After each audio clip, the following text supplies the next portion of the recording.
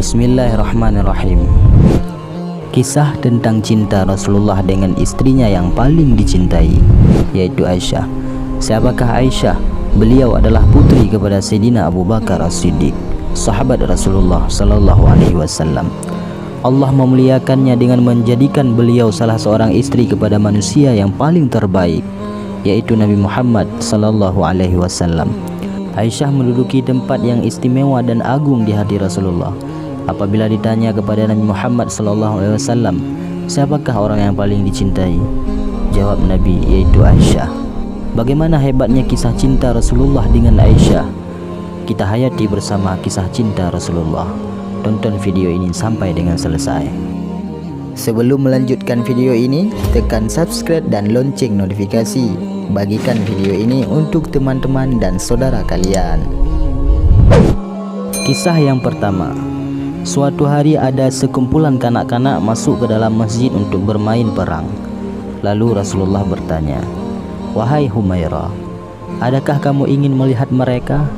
"Iya," jawab Sayyidatuna Aisyah. Maka Rasulullah mendukung Aisyah dan berdiri di ambang pintu. Dagu Aisyah diletakkan pada bahu Rasulullah. Wajah Aisyah menempel pada pipi Rasulullah. Setelah agak lama Rasulullah bertanya, "Adakah kamu merasa puas?" "Belum ya Rasul." Maka Rasulullah kembali mendukung Aisyah dan selang beberapa ketika Rasulullah bertanya lagi soal yang sama. Aisyah masih berikan jawaban yang sama. Sebenarnya Siti Aisyah tidak tertarik dengan permainan kanak-kanak tersebut, tapi Aisyah hanya ingin agar kaum wanita dan istri Rasulullah yang lain tahu akan keadaan dan kedudukan Aisyah di hati Rasulullah. Kemudian kisah yang kedua. Diriwayatkan oleh Siti Aisyah sendiri, "Aku tidur di samping Rasulullah. Ketika kakiku mengarah ke kiblatnya, jika baginda sujud, baginda menyentuh kakiku. Lalu aku menarik kedua kakiku, dan ketika baginda berdiri, aku menjulurkan kakiku kembali." Kemudian kisah yang ketiga. Aisyah radhiyallahu an bercerita, "Waktu itu aku sedang haid. Aku minum pada sebuah gelas lalu memberikannya kepada Rasulullah.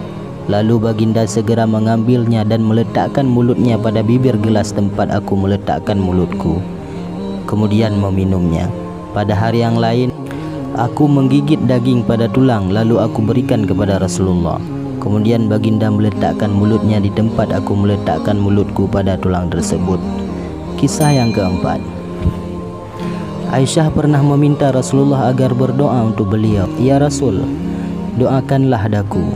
Kemudian Rasulullah pun berdoa dengan berkata, "Ya Allah, ampunkanlah dosa Aisyah, baik dosa yang telah lalu maupun yang akan datang, dosa yang terang maupun yang tersembunyi." Aisyah ketawa gembira mendengar doa Rasulullah. Lalu Rasulullah bertanya, "Ya Aisyah, adakah kamu gembira dengan doaku tadi?" "Sudah tentu ya Rasul. Bagaimana mungkin aku tidak berbahagia dengan doamu ya Rasul." Kisah yang kelima. Suatu hari Rasulullah berkata kepada Aisyah, "Wahai Aisyah, sesungguhnya aku tahu bila kamu gembira dan bila kamu marah padaku." Setelah mendengar ucapan Rasulullah, Aisyah bertanya, "Bagaimana kamu boleh tahu?"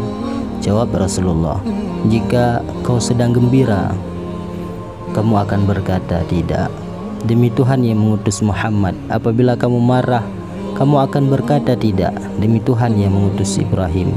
Kemudian Aisyah berkata, "Memang benar ya Rasul, tapi demi Allah, sesungguhnya aku tidak meninggalkan dirimu wahai Rasulullah kecuali namamu saja."